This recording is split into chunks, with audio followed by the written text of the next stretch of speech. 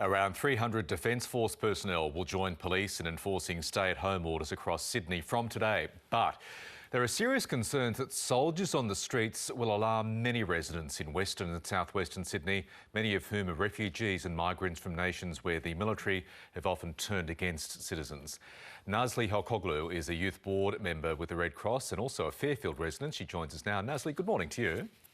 Good morning, Michael. I want to talk about the important work Red Cross is doing in a moment, but I firstly want to ask you, how do residents in your community feel about the lockdown? And I guess, how do they feel about the fact that southwestern Sydney is locked down, whereas other parts of the Sydney aren't? Look, I think it's been quite difficult for people in southwestern Sydney and western Sydney having to face restrictions that are significantly tougher than the rest of greater Sydney. So I think at the beginning it was okay, but as it continues to go on, everyone is really starting to feel the pinch. A lot of community members are speaking out. A lot of people are taking to social media to express that they're genuinely struggling, whether it's with emotional well-being or financially. On social media, you know, there's often a comparison video that's circulating with people in southwestern Sydney who are in hard lockdown. There's no one on the streets. And then there's a comparison to people exercising and attending the beach in the eastern suburbs. So people are starting to get a little bit frustrated because everyone here is, you know, doing the right thing and we really want to get out. But they're really starting to struggle with the uncertainty with the lockdown. At the same time, the Army, as we mentioned, Nazli, is getting to southwestern Sydney. The government is reminding us that they're there in a care and compassion role to deliver food hampers and the like. But generally speaking, are there concerns in some elements of the community in which you live about the military more generally coming in? Yeah, look, over the weekend, there's been some footage circulating of a police helicopter that's using a PA system to ask people who are in crowds to disperse. Otherwise, they get fined for breaching the health orders. And so this footage is a little bit confronting and uneasy for the people, particularly of those who come from a migrant or refugee background.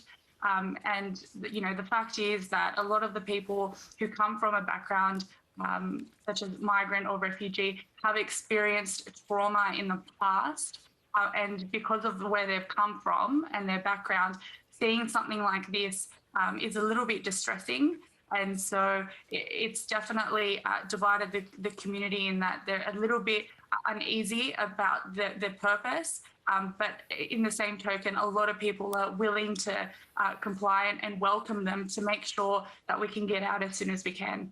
Now, we do know that communication has been a big issue with the diverse communities in southwestern Sydney, and your family, Nazli, is a bit of a case study there. Your parents, I believe, are avid viewers of Gladys Berejiklian's daily coronavirus media conferences, but English is their second language. So how are they getting the message? Yeah, absolutely. So at 11 o'clock every single day, you know, we crowd around the TV. I've got it on while I'm working from home. And so, look, to be quite fair, my mum, I think she probably picked up about 50% of it. And then we had a debrief afterwards about what was actually said. And so, you know, my parents really do rely on me to communicate the message, to be able to translate what the health orders mean.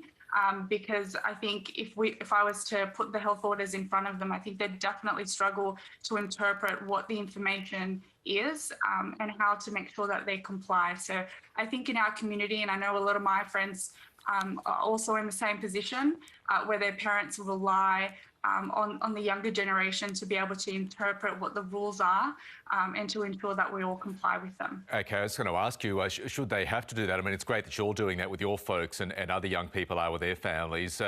Is there a case for the government to do more in terms of communicating to those diverse communities, those often very complicated and fast-changing health orders? Yeah, look, I think the fact that they change so often is something that's quite difficult.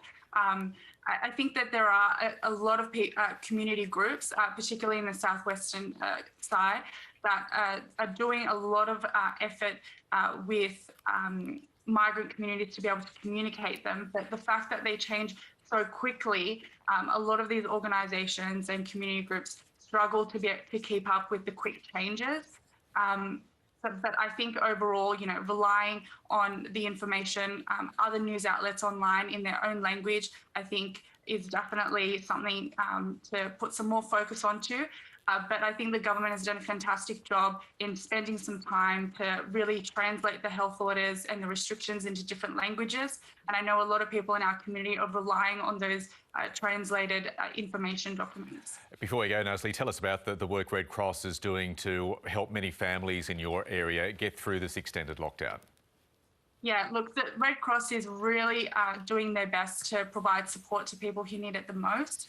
So since the beginning of the pandemic, the Red Cross teams have supported over 165,000 people who are on temporary visas across Australia through emergency relief payments, food relief and casework to support people who are in particularly difficult and complex situations. And our emergency relief program is there for anyone who is on a temporary visa or who doesn't have a visa. And it helps with basic needs to put food onto the table, medicine, and any immediate housing needs. So we provide one-off payments for $200 for individuals, $300 for couples, and $400 for families. And nearly 700,000 people have had access to the support and referral information. And so, we're also doing work directly with our migrant communities by providing them with support and information sessions to educate them on vaccines so they can make an informed choice for themselves. And we're also doing a check-in with our older clients through our telecross and telechat programs, where we check in with a friendly phone call to make sure that they're doing okay and help them with support if they need anything such as food or just a friendly ear to listen.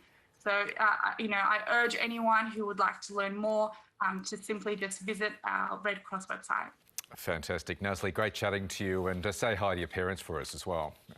Absolutely. Thank you, Michael.